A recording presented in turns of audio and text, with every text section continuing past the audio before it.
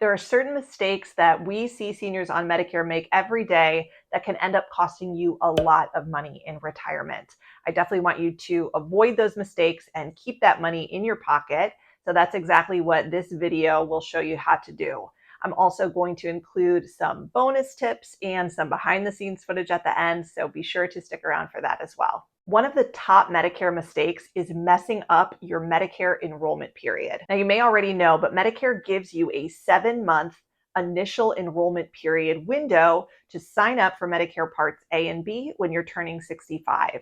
And this starts 3 months before your 65th birth month, and it goes up to 3 months after the month that you turn 65. And if you miss this window and you don't qualify for a special enrollment period, then you could face lifelong penalties for every 12-month period that you've gone without Medicare Part B. Additionally, you would need to wait until the Part B general election period to apply, so you could face a lapse in coverage as well. I especially see this happen with people who have COBRA coverage or retiree benefits, which do not count as creditable coverage to delay Medicare Part B. So if you're not actively employed with health insurance coverage through your employer or coverage through your spouse's employer, if they're actively employed, then generally you need to sign up for Medicare when you're first eligible in order to avoid penalties. I also see this happen with people that have Obamacare or marketplace health plans. Those plans do not count as creditable coverage to delay your Medicare enrollment. So you generally have to apply for Medicare during that enrollment period when you're first eligible. Alternatively, another mistake I see people make is enrolling in Medicare too early or enrolling in Medicare before they really need to. So like I just mentioned, if you are actively employed, still working, your employer has 20 or more employees, and you plan to stay enrolled in your employer health plan or your spouse's employer health plan if they meet that criteria, then you can generally delay your Medicare enrollment without penalty. You don't need to sign up for Medicare when you're turning 65. In fact, you probably should delay your Medicare Part B enrollment if you meet that criteria. Why is that? Well, there are a few reasons. First of all, Medicare Part B isn't free. You have to pay a premium to be enrolled in Medicare Part B. And if you plan to stay on your employer health plan and your employer has 20 or more employees, then your employer insurance will always be primary to Medicare. And Medicare and employer insurance don't coordinate benefits all that well, so Medicare will rarely, if ever, see any claims. So it's kind of like paying for Part B coverage that you really don't need. Additionally, when you do sign up for Medicare Part B, the clock starts ticking on your Medicare supplement open enrollment period. Most people don't realize that you generally only get one Medicare supplement open enrollment period, and that is triggered by your Medicare Part B effective date.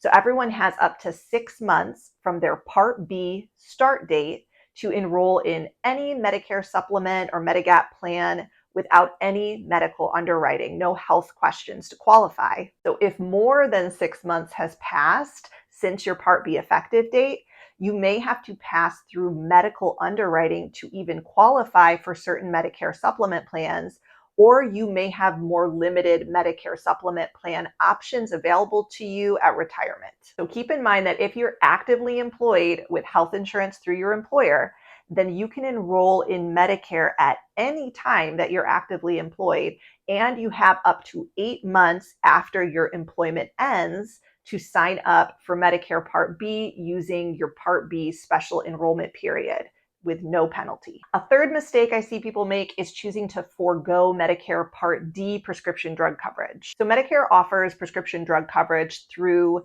standalone Medicare Part D prescription drug plans or through Medicare Advantage plans that include prescription drug benefits. Now, you can delay your Medicare Part D enrollment as long as you have creditable prescription drug coverage. But if not, then you may be hit with a late enrollment penalty if you forego Part D coverage when you're first eligible and then you choose to enroll later on. So a lot of people will think, hey, I'm not taking any medications, or maybe I only take 1 or 2 inexpensive generic medications. Do I really need Medicare Part D? And while you're not required to enroll in Medicare Part D, you do want to be aware of that late enrollment penalty. The penalty is 1% of the national base beneficiary premium, which changes every year, times however many months you've gone without creditable Part D drug coverage. And that penalty is one that you will have to pay every month on top of your Medicare Part D premium for as long as you have Part D drug coverage. The fourth mistake that I see people make every year is missing their annual notice of change document when it comes to them in the mail. So your annual notice of change document is also known as your ANOC for short. And this goes out to everyone that has a Medicare Part D prescription drug plan or a Medicare Advantage plan. It comes to you usually in September every year, and it outlines all of the changes to your plan for the coming year. So if the plan's premium is changing, deductible changing, co-insurance, or the way certain medications are covered are changing, that's all going to be outlined in this annual notice of change document. So you really want to review that, because in most cases, there's only a limited window to make changes to your plan before you're kind of locked into it for the next year. And with the massive amount of junk mail that people get these days and spam mail, a lot of people accidentally throw it away or completely miss it when it comes to them in the mail. So you really want to keep an eye out for that annual notice of change document every fall and review it so you can determine whether or not you need to make plan changes. And again, that's only for Part D prescription drug plans or Medicare Advantage plans, Part C plans. The fifth big mistake that I see people make is not really understanding the difference between Medicare Advantage plans and Medicare Supplement or Medigap plans. So I have a lot of videos on this channel that talk all about the differences between Medicare Advantage plans and Medicare Supplement plans.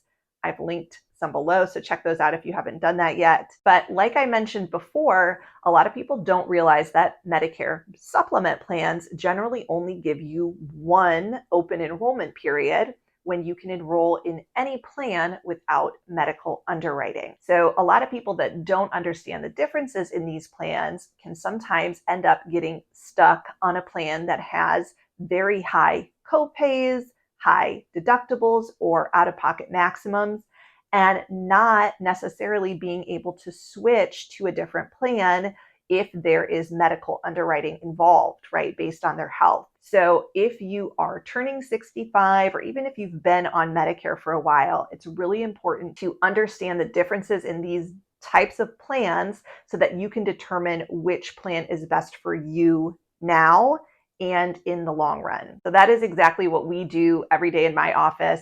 We are licensed independent insurance brokers. We work in almost every state, and we help people determine which type of plan is going to be the best for their needs now and in the future. Our service is 100% free of charge. And of course, we would be more than happy to help you if you want to give us a call. I hope this video helped to go over some of the biggest mistakes that people on Medicare make so that you can avoid these mistakes, keep that extra money in your pocket in retirement. If you have any questions or comments, please leave them for me below. I love reading what you have to say. Go ahead and subscribe if you haven't done so yet. Like the video, share it with someone who may find it useful. Thank you so much for watching, and we'll see you soon. And Sadie, have you ever made any mistakes? Yes. Like what? I'm spilling my yogurt and... Spilling your yogurt? Yeah, and what else? And... letting mommy put the napkin away and I liked it smelling the flowers and I was dragging the dinos.